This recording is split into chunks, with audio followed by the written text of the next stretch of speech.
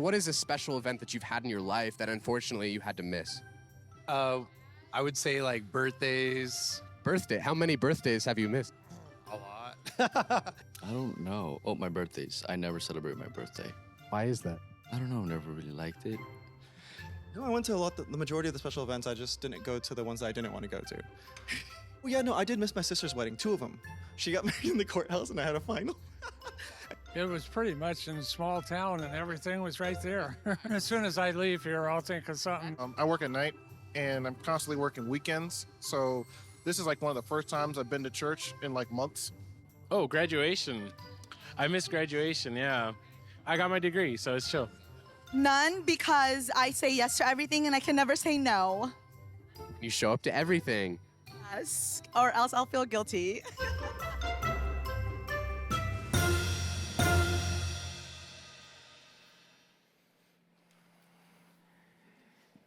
It was the best invitation I've ever received, and yet I didn't even attend. It was almost 14 years ago. Will be 14 years this coming March, the week of March 16. It was either Monday or Tuesday. I don't remember clearly. My assistant was gone both days. And so I wasn't particularly surprised when I received a phone call to my direct line in the office when I saw that it was being transferred from the main Loma University number. What did surprise me was that the voice on the other end of the line, a male voice, identified himself as being from the White House. So I'm calling from the White House office of, and that got a little garbled for me because I was still back on those 2 words, White House. White House of whatever it was. And we would like to invite you to an event. President Barack Obama is going to be at the Orange County Fairgrounds, and we'd like to invite you. We have 2 tickets if you'd like to come. Now, 2 or 3 thoughts flashed through my mind immediately. The first thought was, I've got some friend on the other end of this line who is trying to cover the mouthpiece and is about to die laughing when I step out onto that limb he's going to saw off as soon as I do it. And I didn't want to look like a fool. But then there was this little tweak that just said to me, what if, for some wildly unexplainable reason, what if this actually is the White House? I better not risk that. And then I thought, now if this is legit, maybe they're inviting pastors from churches in Southern California and I'm just one along. I couldn't figure out what in the world was going on. And so I thought about it just a moment. I remembered the kind of week I was having and that still lay ahead. Remembered that somebody was here out of state and I had an appointment and important. And I remembered, Sabbath, I had to come here before you all and then stand up here and say I didn't prepare anything because I was with the president. Nobody believed that, so that'd be the end of that. And so all these thoughts are flashing through my mind. So I finally said, well, if I can't go, can I send someone in my place? And there was a bit of a pause. He said, well, can you say that to the White House? Well, yeah, I suppose so. Let me call you back. So this time I gave him my cell phone number. A little bit later, my phone rang, said, yes, you can. You need to pick up the tickets, though, and you need to do it soon, within the next few hours. It was then that I realized it wasn't the Orange Show over here. It was the Orange County Fairgrounds in Costa Mesa, which meant hours of driving, and then you got to go down there and get the tickets right away and then come back, and I thought, oh, man. So I hung up, and obviously the thing I'm thinking, is this legit? Am I being had here in some way? So I suddenly had an idea.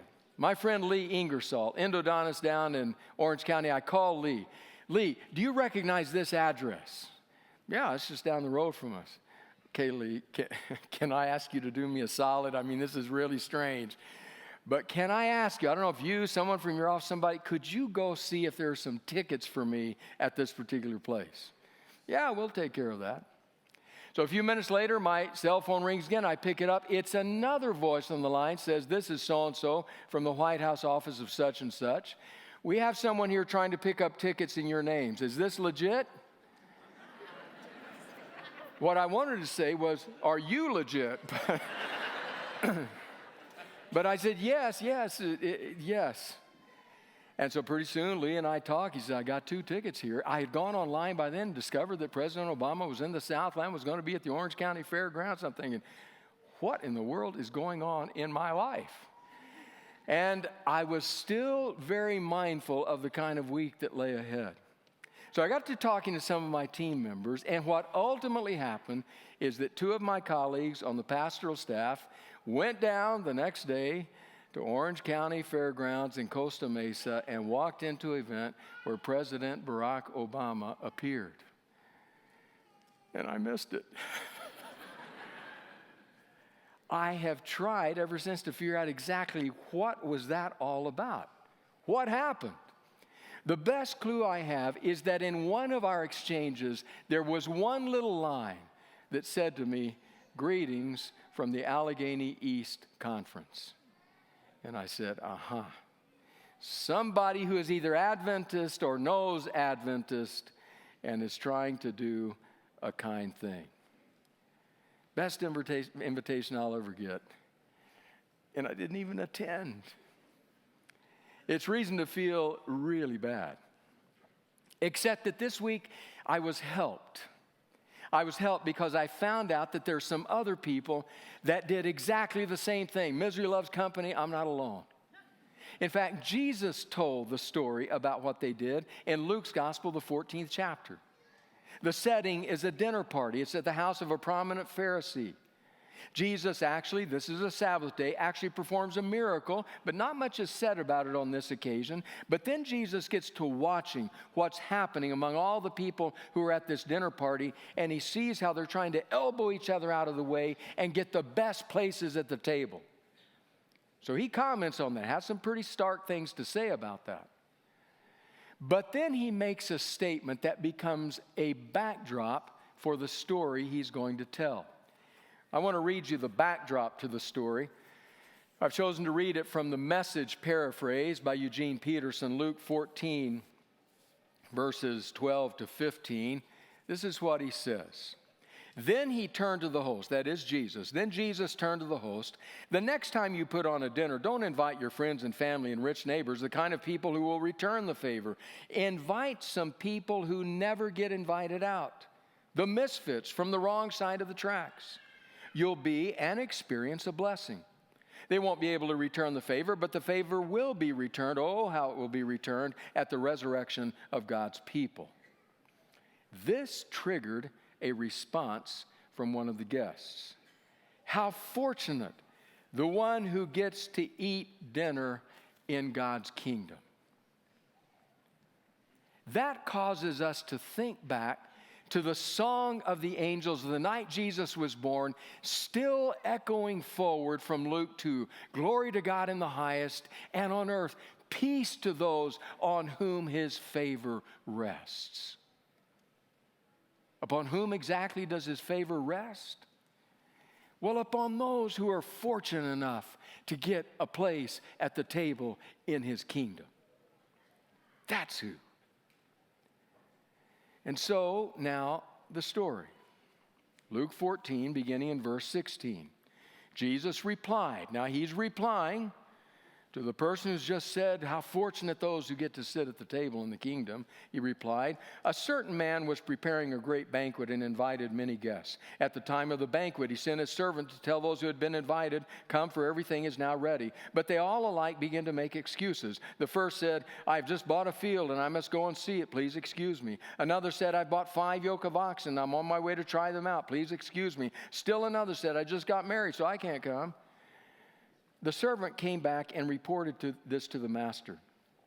Then the owner of the house became angry and ordered his servant, go out quickly into the streets and alleys of the town and bring in the poor, the crippled, the blind, the lame. Sir, the servant said, what you have ordered has been done, but there's still room. Then the master told his servant, go out to the roads and country lanes and compel them to come in so that my house will be full. I tell you, not one of those who were invited will get a taste of my banquet. It's a slice of life out of the world of Jesus.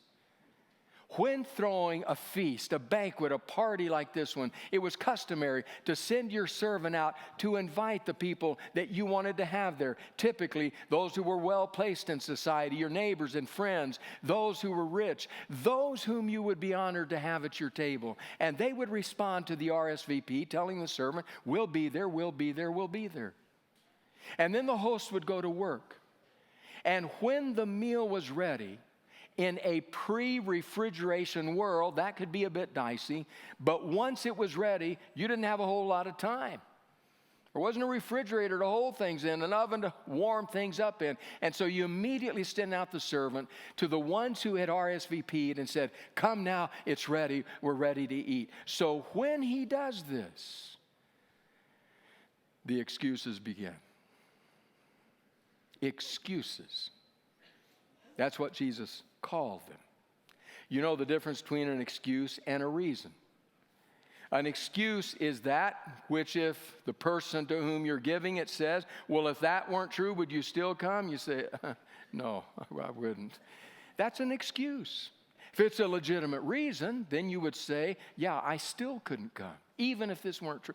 So I can remember working at the chaplain's office at the medical center. I'd been invited by Gerald Pinnock, who was in leadership, became president of the Southeastern California Conference.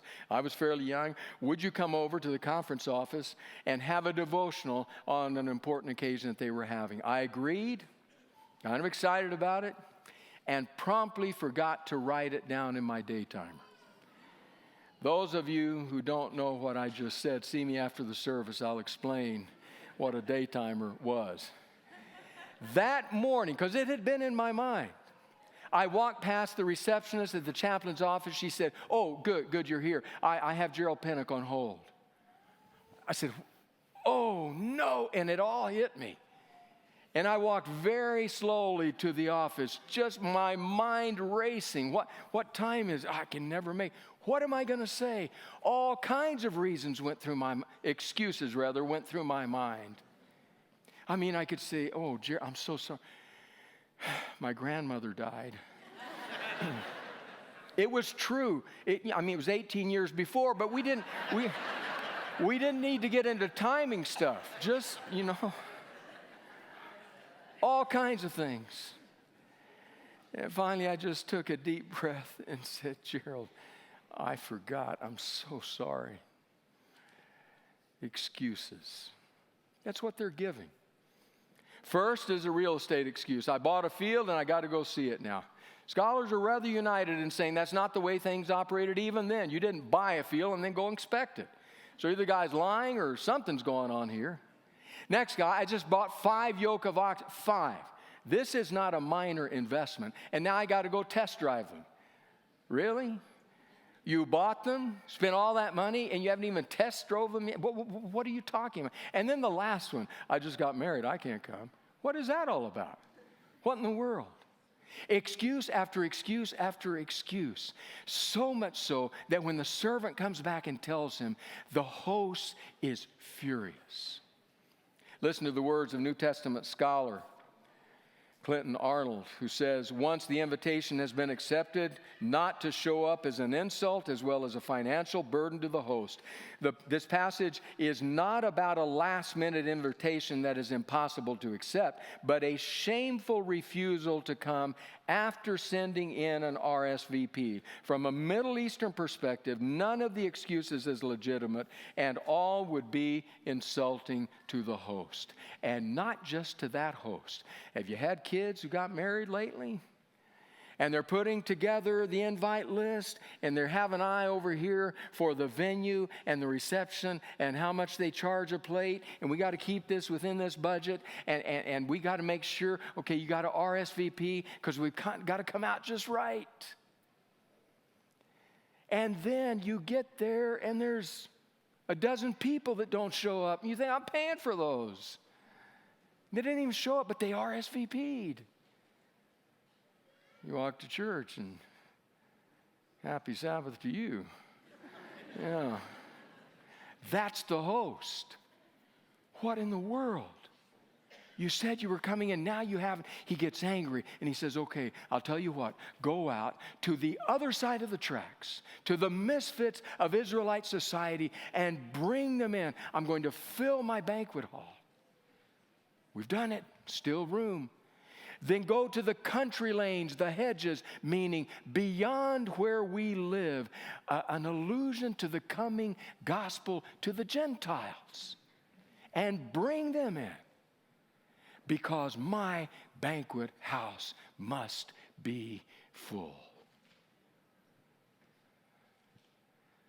So what does it mean for us today?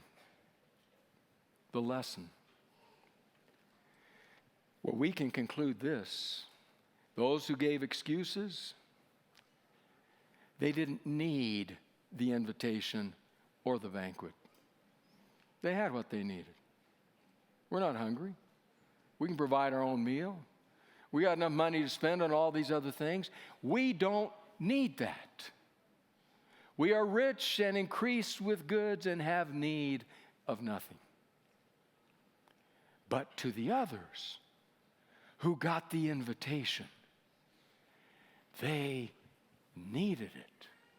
And they knew they needed it. Honey, we're going to eat tonight. And not just eat. We've been invited to a banquet. We're going to feast. Maybe the lesson is simple.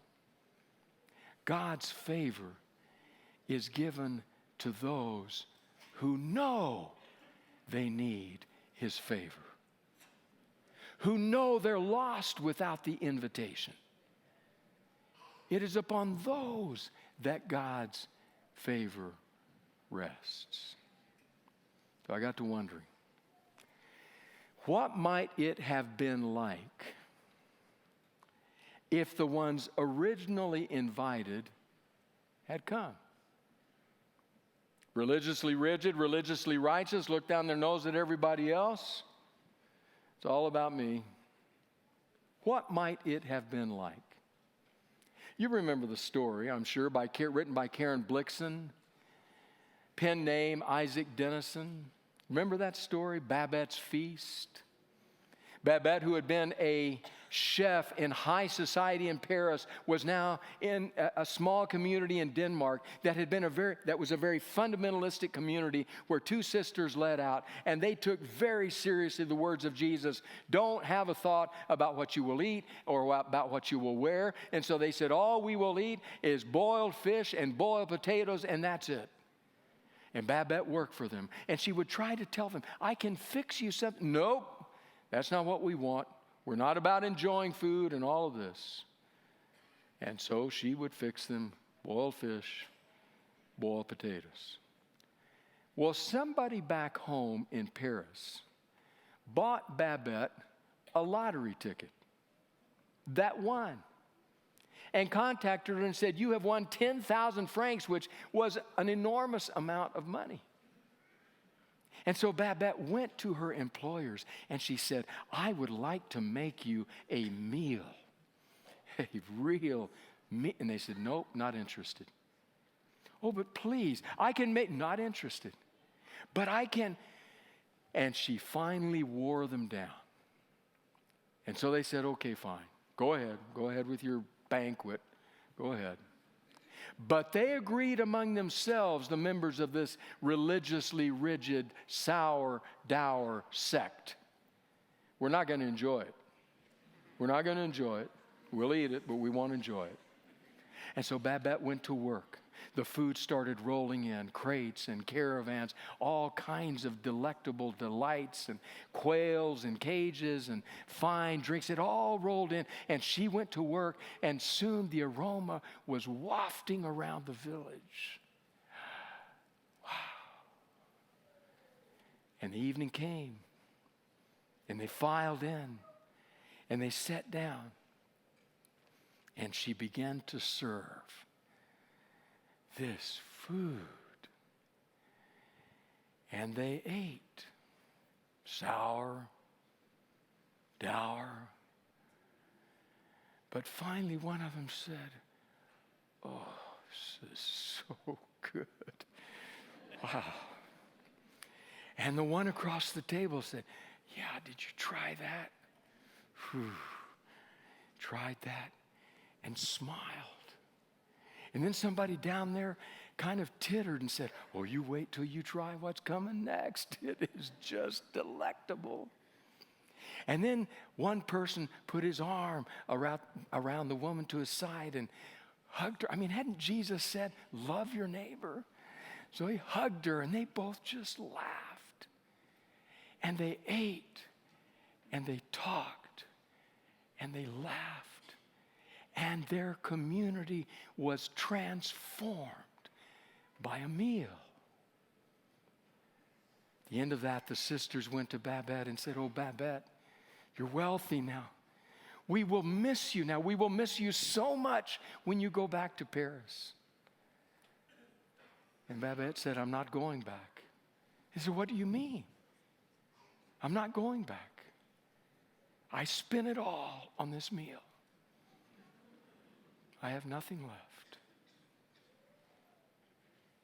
At least that's what Blixen says Babette said.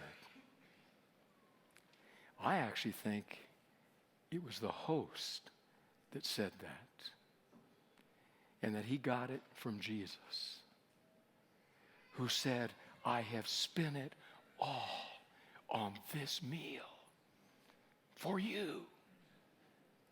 For you. So my banquet hall must be filled with any who would come. And the favor of God will rest upon those who know they need his favor. Like Donald Gray Barnhouse said, Christ sends away no one empty except those who are full of themselves. And so it was the greatest invitation I've ever got. I'll never get another one like it. And I didn't attend. But you know what? This week I decided something. I decided, with all due respect to the President of the United States, that wasn't the greatest invitation I've ever received. The greatest invitation to which I have already RSVP'd, that I have ever received, came from Jesus. And I realized this week that I need his invitation and his favor as much now as I have ever needed it. And maybe you're there as well. If you are, I got good news. God's favor rests on those who know they need his favor. And that is cause to sing hallelujah.